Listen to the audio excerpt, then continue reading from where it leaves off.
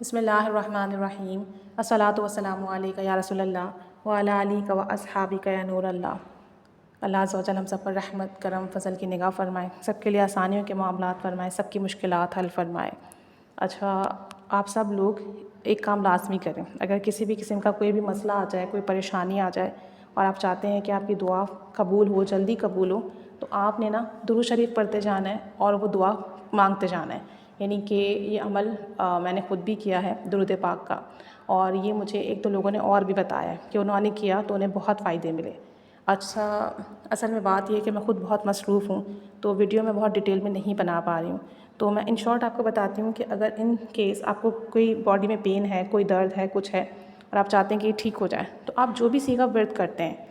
آپ وہی سیگا ورد کریں۔ سپوز اگر میں پڑھ رہی ہوں صلی اللہ علیہ وآلہ وسلم، تو میں سانس روک کر صلی اللہ علیہ وآلہ وسلم جتنا مجھ سے پڑھا جائے، جتنی بار بھی، 4 بار، 5 بار، 7 بار، 11 بار پڑھ کے اللہ سے کہوں گی کہ اللہ میرا یہ درد ٹھیک کر دے۔ پھر پڑھوں گی، پھر یہی دعا، پھر پڑھوں گی، پھر یہی دعا۔ دیکھیں، ہم نے یہ بات سن رکھی ہے اور حدیث پاک سے بھی ثابت ہے کہ دعا کے اول اور آخر میں درود پاک پڑھو تو دعا قبول ہوتی ہے، اور اگر درود پاک نہ پڑھا جائے تو وہ دعا قبولیت تک نہیں پہنچ پاتی۔ اب اگر آپ درود پاک پڑھ کے اپنی دعا مانگتے ہو، پھر درود پاک پڑھو، پھر دعا، پھر درود پاک پڑھو، پھر اپنی حاجت، دعا یا جو بھی آپ کی نیڈ ہے آپ وہ مانگ رہے ہو، تو پھر آپ سوچیں کہ کتنی زیادہ تاثیر بڑھ جائے گی۔ جبکہ ہم اول و آخر ایک بار درود پاک پڑھتے ہیں، درمیان میں اپنی لاتعداد دعائیں اللہ سے مانگتے ہیں، لاتعداد حاجات مانگ رہے ہوتے ہیں، اور جب آپ دعا صرف ایک رکھ رہے ہو اور اول آخر درود پاک کی تعداد زیادہ کر دو، تو پھر سوچو وہ کتنی جلدی قبول ہوگی اور اس کی تاثیر کتنی زیادہ بڑھے گی۔ اگر آپ پورا دن یہ عمل کرتے رہیں تو سوچیں کہ آپ کی وہ دعا، وہ حاجات کتنی جلدی قبول ہوگی۔ جیسے بہت سے لوگ ہیں، کاروبار نہیں چل رہا، اپنے کاروبار کے مقام پر ہیں، اگر وہ یہ کرنا شروع کر دیں، درود شریف پڑھتے رہیں صلی اللہ علیہ وآلہ وسلم، 3 دفعہ 5 دفعہ پڑھا، اور پھر کہیں کہ اللہ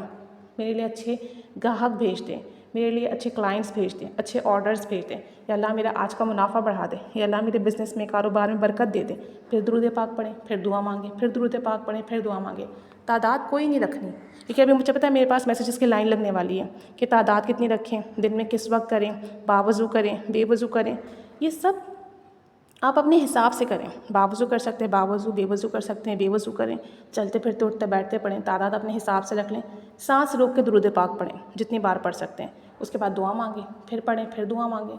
تو آپ دیکھیے گا آپ کی دعا بہت جلدی قبول ہوگی، بہت جلدی آپ کو نتائج ملیں گے، ریزلٹس ملیں گے۔ ایون اگر آپ مستقل اسے کرتے رہیں پورا دن، تو ایک ہی دن میں انشاءاللہ تعالیٰ آپ کی حاجات پوری ہوگی۔ ویسے بھی ہم چلتے پھرتے اٹھتے بیٹھتے درود پاک پڑھ رہے ہوتے ہیں، اب درود پاک کے ساتھ ساتھ اپنی حاجات بھی بولتے چلے جائیے، تو جس بارگاہ میں آپ کا درود پاک پہنچ رہا ہے نا، اس بارگاہ میں آپ کی حاجت بھی پہنچتی رہے گی۔ تو انشاءاللہ عز و جل نبی کریم صلی اللہ علیہ وآلہ وسلم جب نظر رحمت فرمائیں گے نا، تو وہ دعا، وہ حاجات بہت جلدی قبول ہوگی، اسباب بن جائیں گے، مسئلے حل ہو جائیں گے، کرم کے فضل کے فیصلے ہو جائیں گے۔ کر کے دیکھیے گا، اس کا بہت فیض ملے گا انشاءاللہ تعالیٰ، اور فیڈ بیک بھی لازمی دیجیے گا۔ جو درود پاک کا سیگا پڑھتے ہیں اسے پڑھیں، اپنی حاجات مانگیں، جو پڑھتے ہیں پڑھتے رہیں، بیچ بیچ میں اپنی حاجات مانگتے رہیں، پھر دیکھیں کیسے بڑے بڑے فیصلے آپ کے حق میں ہوتے ہیں، کیسے ناممکن کام آپ کے ممکن بنتے ہیں، اور کیسے آپ کی زندگی میں بدلاؤ آتا ہے۔ لازمی کیجیے گا، مجھے فیڈ بیک بھی دیجیے گا، مجھے بھی اپنی دعا میں یاد رکھیے گا۔ اللہم صلی علی محمد و آل محمد، جزاک اللہ خیرا۔